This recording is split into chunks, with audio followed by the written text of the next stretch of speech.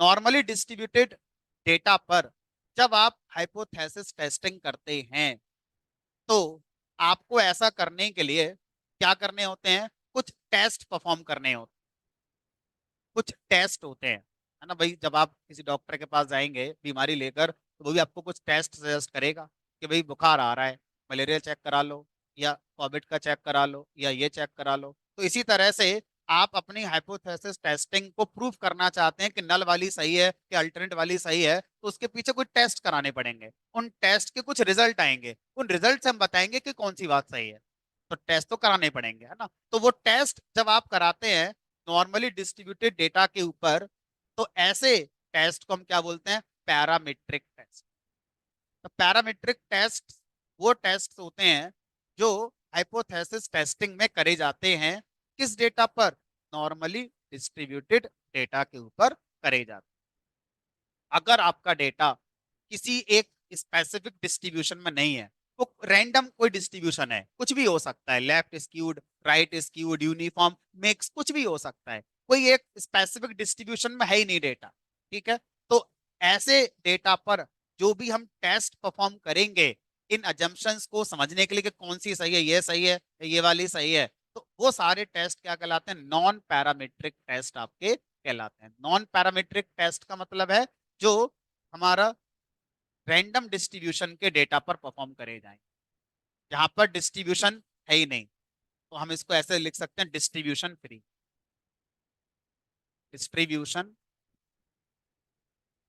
इसका मतलब पता क्या हुआ कि अगर आपने हाइपोथेसिस टेस्टिंग पढ़ ली और आपने जो भी आपका जम्पशंस था उसको प्रूफ करने के लिए कोई टेस्ट परफॉर्म करा, लेकिन आप सही डिसाइड नहीं कर पाए कि कौन सा करना चाहिए, तो आपने जो करा वो गलत हो गया। अब आप अगर बात करते हैं नॉर्मली डिस्ट्रीब्यूटेड डेटा है तो उसके टेस्ट अलग होते हैं, और अगर आप कहते हैं नहीं डिस्ट्रीब्यूशन फ्री डेटा था मेरा, उस पर मुझे कुछ कंक्लूजन निकालना है, तो उसके लिए अलग टेस्ट करे जाते हैं। तो इस तरह से हमारे पास कुछ टेस्ट हैं जो अलग अलग हमारे डेटा के अकॉर्डिंग बनाए गए हैं। नॉर्मल डिस्ट्रीब्यूशन पे जो टेस्ट करे जाएंगे उनका नाम अभी लेंगे, लेकिन उन सारे टेस्ट को हेडिंग में क्या बोलते हैं, पैरामीट्रिक टेस्ट। और वो सारे टेस्ट जो डिस्ट्रीब्यूशन फ्री डेटा पे करे जाते हैं उनको हम क्या बोलते हैं, नॉन पैरामीट्रिक टेस्ट। अगर मेरा डेटा न्यूमेरिक ना होकर कैटेगोरिकल है, कैटेगोरिकल जैसे टाइटैनिक में जेंडर कॉलम, जैसे टाइटैनिक में सर्वाइव्ड कॉलम। अब मान लीजिए मुझे एक डेटा दिया गया टाइटैनिक का, जिसमें मान लीजिए हमारे पास 2000 पैसेंजर का डेटा था। एक्चुअल में टाइटैनिक में 2000 पैसेंजर थे, मुझे 800 का मिला है बस। 1200 पैसेंजर का डेटा मुझे नहीं मालूम। अब मैंने 800 पे क्या करा, एक एनालिसिस करी, और मैंने एक बात ये पाई कि फीमेल का सर्वाइवल ज्यादा है देन मेल, यानी कि मेल और फीमेल के सर्वाइवल में डिफरेंस है। अब मैं इस बात को 800 सैंपल जो मुझे मिले थे उस पर मैंने चेक कर लिया था, लेकिन टोटल 2200 लोग थे टाइटैनिक में। तो सर बाकी भी तो और लोग हैं, तो क्या मैं इस बात को जितने पैसेंजर गए थे टाइटैनिक में सबके साथ अप्लाई कर सकता हूँ कि पूरे टाइटैनिक में मेल का सर्वाइवल रेशो और फीमेल का सर्वाइवल रेशो अलग अलग है, सेम नहीं है। हमने कहा इस बात के लिए क्या करनी पड़ेगी, हाइपोथेसिस टेस्टिंग करनी पड़ेगी। अभी तक तो आप कह रहे थे नहीं ये बात सही है, लेकिन अब आप जब कहोगे नहीं सर और भी डेटा था जो हमने आपको नहीं दिया है, क्या आपने जो डेटा पर अभी देखा क्या इसको उस डेटा पर भी अप्लाई कर सकते हो जो आपने नहीं देखा। हमने कहा इसके लिए क्या करनी पड़ेगी, हाइपोथेसिस टेस्टिंग। अब जरा बता सकते हो नल हाइपोथेसिस क्या मानेगी, कोई डिफरेंस नहीं है, मतलब मेल और फीमेल का सर्वाइवल एक जैसा है। और अल्टरनेट हाइपोथेसिस क्या मानेगी, नहीं डिफरेंस है दोनों में।